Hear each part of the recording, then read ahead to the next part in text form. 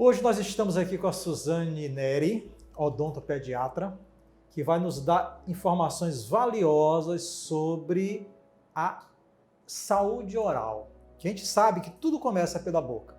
Então, se a gente tem um cuidado com os nossos dentes, com a língua, com a boca como um todo, nós já começamos aí a ter uma qualidade de vida, a ter uma saúde perfeita e, consequentemente, viver mais e melhor. Tudo bom, Suzane? Tudo. Obrigado por ter vindo. Eu é que agradeço, é um prazer enorme estar aqui contigo. A pergunta primeira é exatamente essa. A saúde oral contribui de uma maneira contundente para que a pessoa tenha realmente uma saúde no seu corpo todo? O que você pensa sobre isso? Por muito tempo, a boca parece que não fazia parte do corpo. Tudo passa pela boca, E é uma cavidade que tem muitos micro-organismos. Nós temos mais de 700 tipos de micro-organismos dentro da boca. E quantas infecções, quantos mediadores inflamatórios que podem estar jogando para o corpo inteiro, e era uma coisa um pouco esquecida. No caso que você faz odontopediatria, então você recebe no seu consultório, a criança ela obrigatoriamente tem que vir acompanhada da família. O pai, a mãe, os avós. Isso aí dá uma percepção maior, ou você pode, com esse intuito, ajudar mais a família para que realmente essa criança, ao longo do tempo, ela tenha uma saúde bucal melhor? Muitas vezes, os pais, no momento do atendimento, eles aprendem também comigo. Porque a odontopediatria ela é desafiadora, porque você não só atende a criança, você atende a família inteira, você atende a ansiedade da família, às vezes é dos pais, dos avós, e eles sempre olham a odontologia como uma coisa ruim, uma coisa desagradável, e eles querem poupar o filho daquilo. Mas isso já tem mudado bastante, porque a gente trabalhou muito em parte de promoção de saúde, prevenção de saúde, e hoje as pessoas já têm o hábito de levar a criança, mesmo sem cárie, para o consultório odontológico, só para receber uma orientação. Isso já é uma mudança muito grande. Que é necessário o uso do fio dental, porque muitas vezes acham porque é criança que não precisa usar o fio dental ainda. Mas o fio dental ele faz parte de tanto da criança como do adulto. E a dieta, a orientação de dieta. No caso, como você é odontopediatra, você pega a criança, mas você vê a criança, como você falou, como um todo, Quer dizer, assim como você falou que o corpo ganhou uma boca, então quando você avalia a boca, você, pelaquela boca que você está avaliando, você consegue avaliar o corpo como um todo. Isso aí também passa pela odontopediatria, você faz essa avaliação completa, analisar a criança como um todo? Eu olho sempre a criança como um todo. Eu olho o comportamento, eu olho se a criança está obesa, eu olho se ela está muito novinha, já tem um mau cheiro na axila. Então eu chamo a atenção, mãe, leva ela no endócrino, vê como é que está o colesterol dessa criança, e começa a ter aquele bate-papo gostoso com a mãe e despertar nela. Às vezes eu já toco no ponto que dói, que às vezes até quando eu falo, às vezes desce uma lágrima da mãe. Às vezes a gente bate muito papo de relação mãe-filho.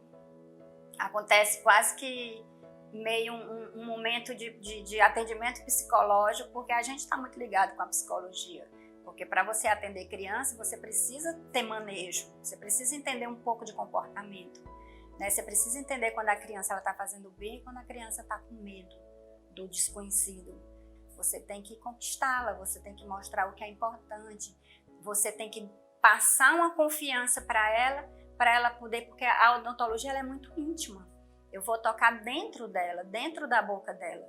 E muitas vezes eles não querem, eles não queriam estar ali naquele momento. E quando tudo dá certo, você diz, poxa, eu fui um herói, naquele momento eu fui um herói. Aquela criança que vomita, aquela criança que quer te morder, aquela criança que é agressiva, que vem de comportamentos de família, Às vezes é uma criança que tem... Aí é que eu te digo, que eu começo a perceber como é a vida daquela criança.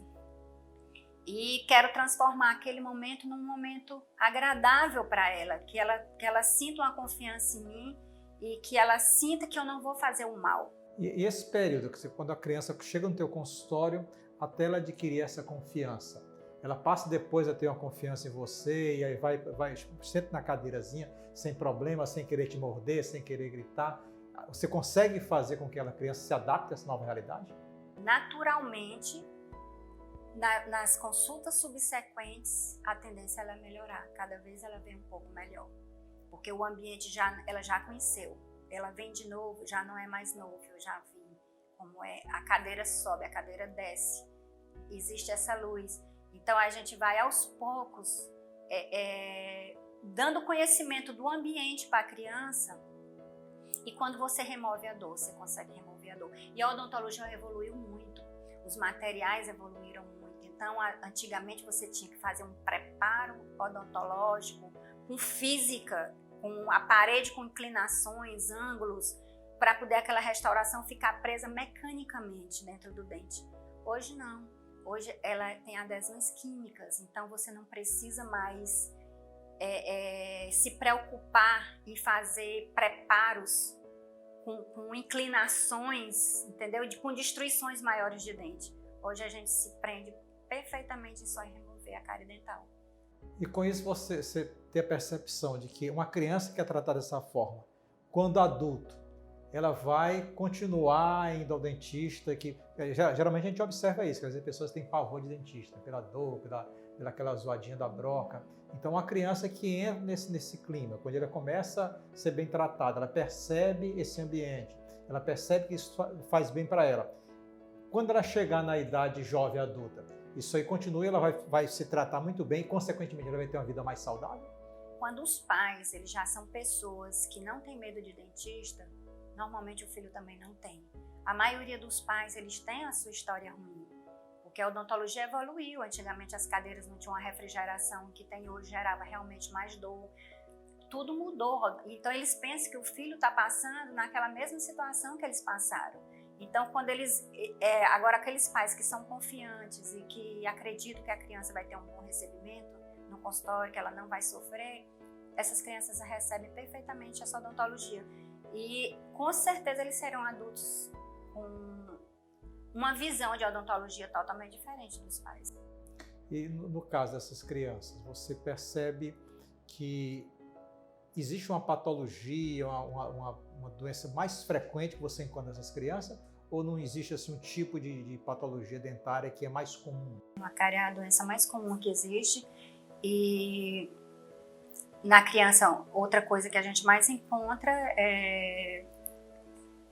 que a gente mais faz o procedimento é a exodontia de um dente descido, né? Que elas vão trocar os 20 dentes descidos.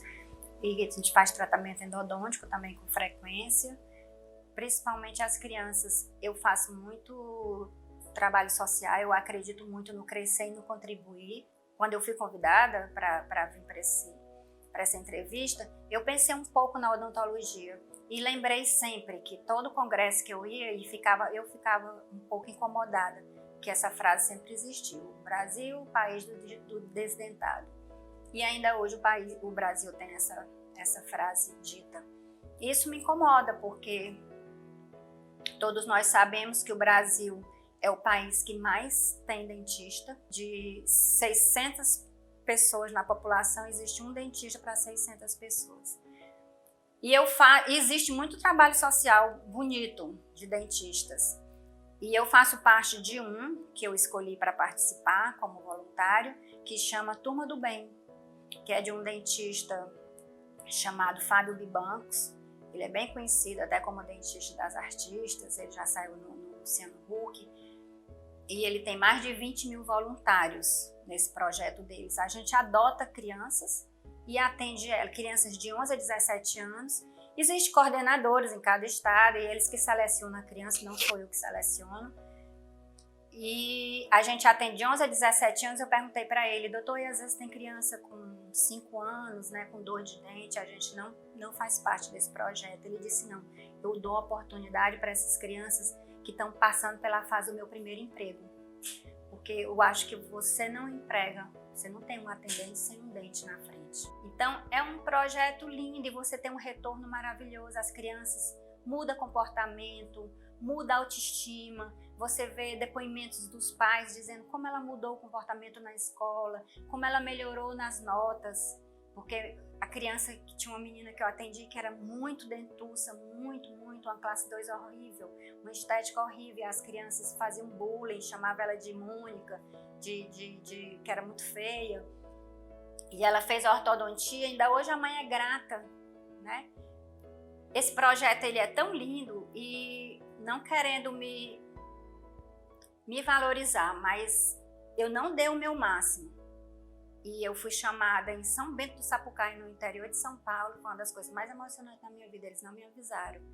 E durante o evento, um evento enorme, com dentistas de todos os lugares, eu fui chamada como a melhor dentista da Turma do Bem. E esse projeto, qualquer odontólogo, qualquer dentista pode participar? Qualquer pessoa basta dizer, eu quero participar. E como é que faz para entrar nesse projeto? É só entrar na Turma do Bem, e aqui em Teresina nós temos o coordenador, que é o Luiz Gustavo, que é só tu falar com o Luiz Gustavo e que diz, Luiz, eu quero participar da Turma do Bem, que ele escreve teu nome e ele passa a mandar as crianças para ti. Aí, para você que é odontólogo, dentista, que tem uma boa ideia para você participar, porque realmente, quando você participa de uma ação dessa, você realmente, a gratificação é tão grande que você não esquece nunca, como disse a Suzane aqui. Ela foi homenageada exatamente por ser a melhor dentista desse projeto. Então, eu acho que é uma maneira de você participar, de ajudar, já que nós temos tanto dentista no Brasil, não custa nada você ajudar a tirar um tempinho para poder participar desse projeto. Porque na hora que você, como você falou, você começa a trabalhar essa primeira infância e ele melhora o comportamento, isso aí já muda muito a saúde dele ao longo dos anos. Porque se ele não tivesse tido essa oportunidade, talvez não seria um adulto, um jovem ou adulto saudável. Agora, outra pergunta. Uma vez, já que você falou que é mais comum, quer dizer, muito comum no teu atendimento, a cárie. O que pode ser feito em termos preventivos para a mãe, o pai, a própria criança, para evitar que ela tenha essa cárie? Precisa mostrar a importância do que é fazer uma escovação. Se você não mostrar uma foto ou um dente cariado para a mãe enxergar e ver, um dente aberto, ver por dentro que ele existe uma polpa, que existe, que aquilo dói, né? E que apenas se ele fizer uma higiene, tiver controle de dieta, ele não vai ter aquilo, porque hoje essas crianças do século XXI, elas não precisam mais ter cárie, porque a orientação hoje é muito intensa. Hoje você já vai para o consultório, na minha época você ia ao dentista quando você tinha dor, quando você tinha um dente furado. Hoje não, você vai ao dentista para receber a orientação. Hoje existe promoção de saúde, hoje existe já nas escolas públicas toda a orientação, a aplicação de flúor. E qual seria a função desse flúor? O flúor ele é como se ele deixasse a estrutura dental mais dura, falando assim de uma forma bem para todo mundo entender. E evita com que a bactéria, dificulta com que a bactéria penetre, perfure e faça cavidade nesse dente. Suzane, qual seria a consequência de uma cárie que não é tratada? A cárie ela não para, né? Ela é ativa e ela progride. Então, se seu dente cariou, você precisa ir para o dentista, porque nada vai fazer com que ela pare. Se você não for, ela vai ficar uma cárie mais profunda e ela vai atingir a polpa dentária e que vai precisar fazer o canal. Então, ela pode te dar um abscesso, né? Você pode criar uma lesão periodontal, ela pode ter destruição óssea, você pode fazer a perda dentária, aí depois vai só complicando. Aí vai perder o dente, vai fazer implante, vai fazer prótese. Aí são tratamentos mais dispendiosos e mais demorados e mais traumáticos, vamos dizer assim. As pessoas não têm o hábito de ir ao dentista. Você vai ao ginecologista anualmente ou semestralmente. Você vai fazer, se você usa óculos, você vai frequentemente no seu oculista. Mas as pessoas não têm o hábito de frequentar o dentista. Qual seria essa frequência? O ideal seria semestralmente. Né? E se você é uma Tanto pessoa crianças quanto adultos? A criança ela é avaliada de acordo com a necessidade, com o estado atual dela. Então, se ela tem um estado atual muito precário, com muita cárie, 6 meses é longo para a gente. Então, a gente faz um retorno trimestral. Mas, à medida que ela vai recebendo educação, você vê o retorno dela, que ela absorveu o que você está falando e você vai distanciando, você recebe ela semestral. Então, normalmente, aquelas crianças que já estão bem condicionadas, que já estão bem orientadas, elas vão semestralmente no consultório. E o adulto, semestralmente? O adulto também deve ir semestralmente. Você vai, ele olha, vê se você tem alguma coisa, se não tiver, faz sempre uma limpeza, faz uma orientação. É sempre uma coisa bem informativa, é sempre muito interessante você ir e você vai evitar qualquer problema no seu dente, você vai ter seu dente para a vida toda. E sangramento na gengiva, sangramento na boca? Uma das coisas muito comuns no adulto é a gengivite, né? Exatamente porque a gente não tem uma qualidade de higiene adequada e aquela placa bacteriana que vai se formando do dente, ela é como se ela inflama a gengiva. Então, a gengiva inflamada é o que a gente chama de gengivite. E é muito comum, você passa a escova, sangra, passa o fio dental, sangra. Mas só fazer uma boa higiene, ela retorna ao normal, sem nenhuma medicação. Uma boa higiene ela evitaria a formação dessa placa bacteriana. Aí quando você chama, o que você chamaria de uma boa higiene? Você precisa realmente saber escovar e o dentista precisa mostrar para ele como ele se olha no espelho e ele vê se realmente ele está no momento de parar a escovação. Se ele vai limpar, normalmente eu oriento você sequenciar. Se você começou desse lado, você vai até o outro, não ficar um pouquinho aqui, porque você termina deixando algum lugar sem escovar. E se você tiver um hábito de começar de um lado e ir até o outro, passar pelo lado interno, você vai e não consegue deixar nada sem passar a escova. E depois escovar a língua. No caso, por exemplo, a gente vê que no mercado existem vários tipos de escova. Escova mais larga, escova mais curta, média, macia, dura. Qual seria o tipo de escova ideal que a gente poderia usar para poder prevenir essas patologias? Bom, dependendo da idade de cada criança tem sua escova, que a escova a escova de criança é diferente da escova de adulto, mas as escovas ela tem que ter cerdas macias e as cerdas de ponta arredondadas, porque as cerdas elas não podem te machucar, mas a escova ideal são escovas macias, cabeça pequenas, as cerdas, as bitufes com as cabecinhas arredondadas e um cabo longo. E de quanto em quanto tempo você tem que trocar essa escova por uma nova? A média que a gente fala é 3 meses, mas eu conheço pacientes que com 1 mês a escova está descabelada. Aí ele vai ter que jogar fora e trocar. Então você tem que examinar a escova nesses 3 meses. Mas aí você tem que ver que se ela está descabelada, com 1 mês, ele está usando muita força.